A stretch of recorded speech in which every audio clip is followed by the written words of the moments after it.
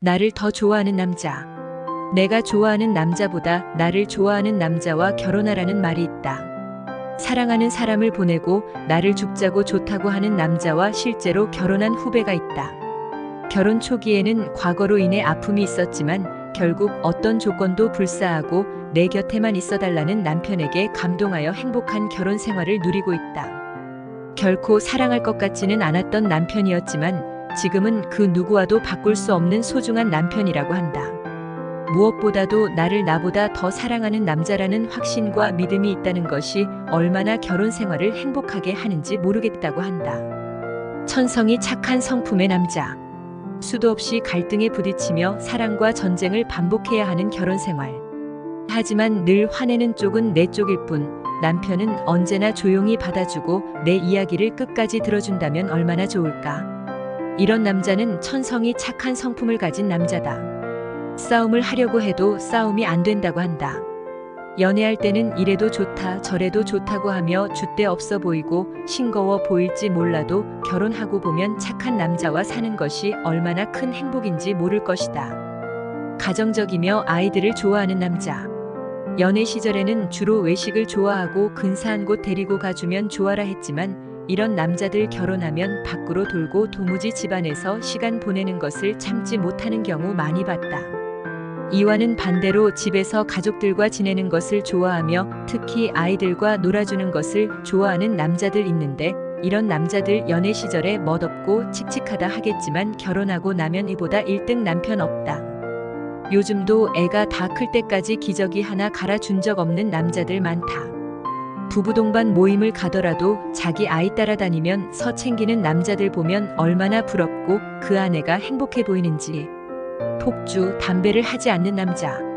남자들 사이에서는 술, 담배 안 하는 남자도 아니라고 흉보겠지만 이것은 본인의 의지가 술, 담배를 끊을 수 없음에 질투 때문에 하는 소리라고 본다. 얼마든지 술, 담배 하지 않으면서도 사회생활 잘하는 남자들 필자도 실제로 겪어보았다. 집안에서 피워대는 담배 연기에 재떨이 치우고 씻는 일만큼 짜증나는 일도 없다. 술에 취해 주정하는 남편을 아무도 원하지는 않을 거다. 하지만 거의 모든 아내들이 남편이 술주정을 견디고 있음. 남편과 이야기할 때마다 입에서 향기가 나면 당연히 예뻐 보이지 않을까? 화목한 가정에서 자란 남자. 부모에게 원망 갖고 형제 자매 사이가 좋지 않은 가정에서 자란 남자인지 미리 알아보아야 한다.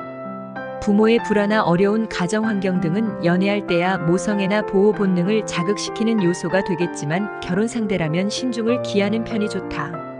화목한 가정에서 자란 남자는 마음이 넉넉하며 선하다. 나쁜 말버릇이 없으며 아이를 너그럽게 키운다. 내 남자가 화목한 가정에서 자랐는지 알아보는 것은 아주 중요하다. 낙천적인 성격의 남자. 어려움이 닥쳤을 때 어떻게 대처하는가? 쉽게 낙담하거나 좌절하는 성격은 아닌지 살펴보라.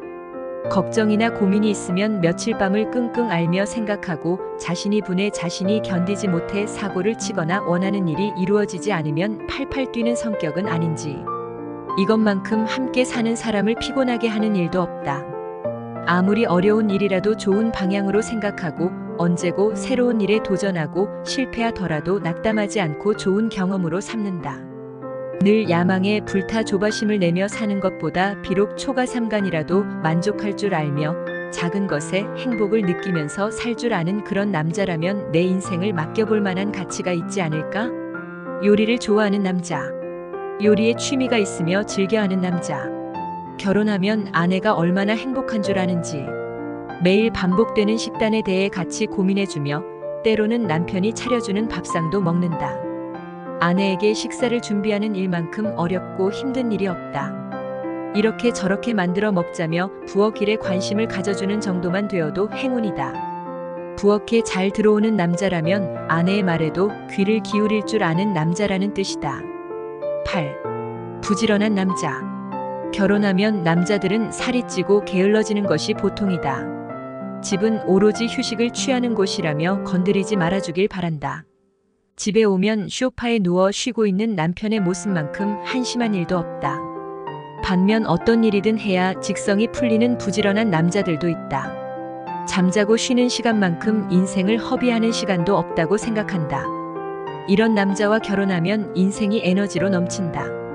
운동, 여행, 음악 등등 그 남자가 몰두하는 것이 무엇이 있는지 알아보라. 시간이 남으면 무의도식하는 것을 취미로 삼는 남자라면 결혼 상대로는 빵점이다. 9. 애교 있는 남자. 남자의 애교를 받아본 적 있는가? 상대를 즐겁게 해주기 위해 노력하는 것이 몸에 밴 남자들이 있다. 종종 귀찮게 느껴질 때도 있지만 다른 사람이 아닌 오직 내 앞에서만 애교를 부리는 남자를 어찌 사랑하지 않을 수 있을까? 10. 못생긴 남자. 외모에 너무 관심을 두는 남자는 솔직히 결혼 상대로 심각하게 고려해 주길 바란다. 연애할 때는 옷 잘 입고 잘 꾸미는 남자가 끌리지만 결혼해서도 그러고 다닌다고 생각해보라.